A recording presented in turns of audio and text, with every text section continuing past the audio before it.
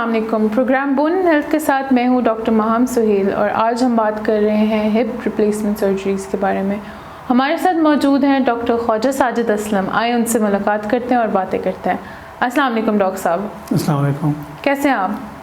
अल्हम्दुलिल्लाह। हमें बताइएगा ज़रा कि हिप रिप्लेसमेंट सर्जरीज़ जो हो रही हैं आजकल वो क्या हिप आर्थराइटिस हो रहा है, हिप रिप्लेसमेंट सर्जरीज हो रही हैं, बहुत वास्ट सिचुएशन होती जा रही है। मुझे प्लीज़ बताएं हिप आर्थराइटिस क्या चीज़ है? हिप आर्थराइटिस बेसिकली सेम चीज़ है मोर लेस जैसे नी का आर्थराइटिस, जिसको उर्दू में गंठिया कहते हैं। तो वो कूल्हे के जोड़ का भी गंठिया हो सकता है, घुटने का गंठिया हो सकता है, किसी भी जोड़ का गंठिया हो सकता है। तो ये आर्थराइटिस इंग्लिश में कहते हैं और गंठिया उर्दू में कहते हैं।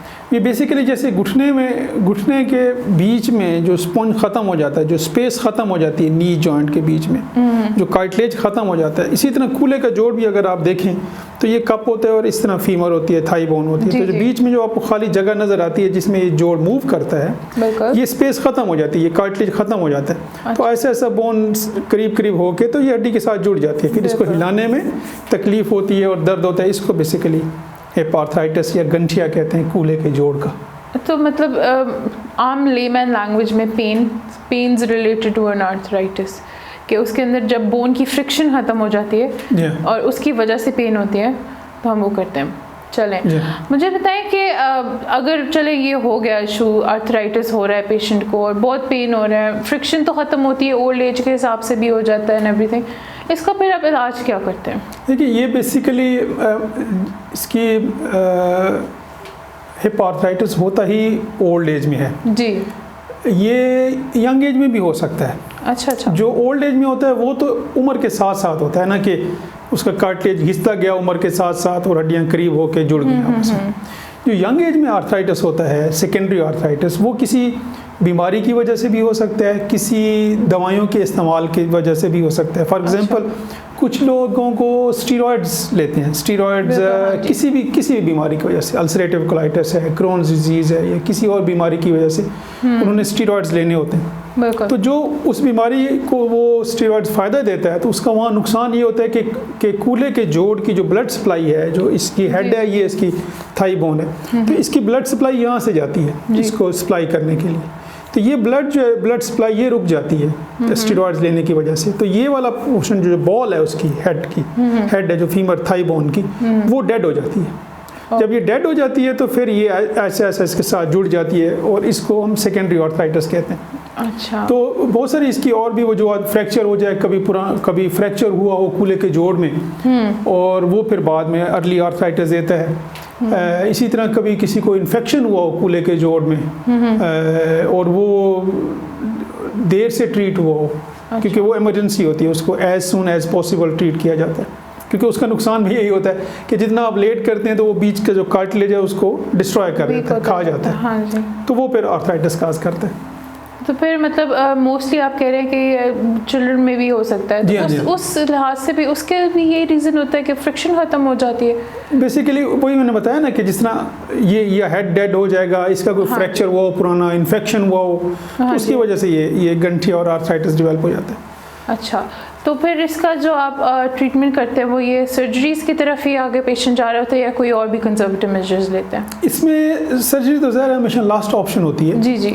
जो सबसे अहम है ना, जिस तरह मैंने पहले भी कई प्रोग्राम्स में जिक्र किया है कि अर्ली डिटेक्शन जो है ना, अर्ली डिटेक्शन, देखिए पूरा वेस्ट, पूरा यूरोप इस बात पे बहुत सारा पैसा इन्वेस्ट इस पे ज़्यादा कर रहा है कि लोगों को अवेयरनेस, जिस तरह हम ये प्रोग्राम कर रहे हैं पब्लिक अवेयरनेस के लिए, लोगों में शऊर पैदा करने के लिए, इसी तरह वेस्ट तो इसमें बहुत ज़्यादा इन्वेस्टमेंट कर रहा है कि हम ट्रीटमेंट की तरफ मत जाएं। लोगों की ट्रीटमेंट में जो हम पैसा लगा रहे हैं वो हम बचाते जाएं, प्रिकॉशंस पे लगा दें। एग्जैक्टली, प्रिकॉशन में और अवेयरनेस में ज़्यादा पैसा और ज़्यादा टाइम लगाया जाए ताकि लोगों में खुद ब खुद शऊर हो कि ये मुझे अगर प्रॉब्लम है तो मैं कैसे इसको डील करूं, कितनी जल्दी जाऊं। ये कूल्हे के जोड़ का जहाँ तक ताल्लुक है तो इसमें बहुत सारी चीज़ें ऐसी हैं जो प्रिवेंटेबल हैं। अच्छा। जो कि क्योरेबल हैं अर्ली स्टेज में, रिप्लेसमेंट या ऑपरेशन के बगैर। फॉर एग्जांपल क्या नाम है इसका, फ्रैक्चर हुआ कूल्हे के जोड़ का, तो ज़ाहिर है वो तो एक ऑपरेशन नहीं होता, लेकिन वो रिप्लेसमेंट नहीं होती, वो छोटा सा ऑपरेशन होता है अगर अर्ली पहुंच जाए तो। इस तरह इन्फेक्शन है, इन्फेक्शन अगर बहुत ही अर्ली स्टेज में अगर विद इन अ डे आप पहुंच जाते हैं और ट्रीटमेंट स्टार्ट हो जाती है तो ज़्यादातर चांसेस होते हैं कि आपको ऑपरेशन की भी ज़रूरत नहीं होती। अच्छा। और वो हेड भी डेड नहीं होता। जहाँ तक लेट स्टेज प्रेजेंटेशन है, जो कि हमारे सोसाइटी में ज़रा ज़्यादा है एशियन कंट्रीज़ में, क्योंकि यहाँ अवेयरनेस बहुत कम है, लोगों की presentation towards hospital to doctors थोड़ी सी लेट है। जी जी। तो उसमें फिर यही होता है कि डिपेंड करता है कि कितनी एक कंडीशन में पहुंच गई है।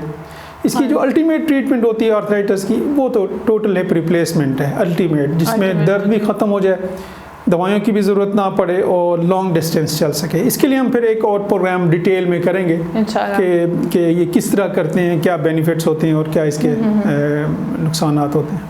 सही।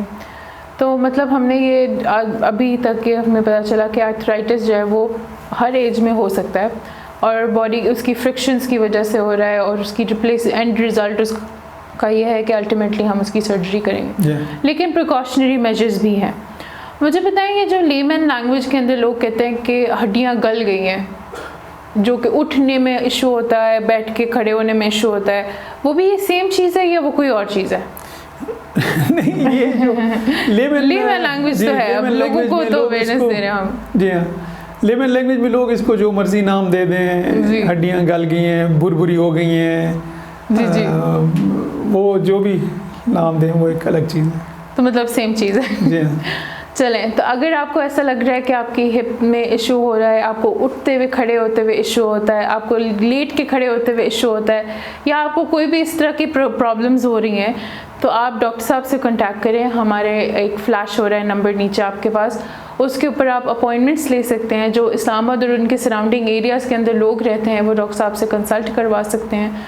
आप कांटेक्ट करें और अपॉइंटमेंट लें। फर्दर जो लोग बाहर की कंट्रीज़ में रहते हैं वो ऑनलाइन कंसल्टेशंस भी अवेल कर सकते हैं, और आप कांटेक्ट करें ऑन द सेम नंबर और आपको फर्दर अपॉइंटमेंट्स मिल जाएंगी। इंशाल्लाह अगले प्रोग्राम में मुलाकात होती है। अपना ख्याल रखिएगा डॉक्टर साहब। अल्लाह हाफ़िज़।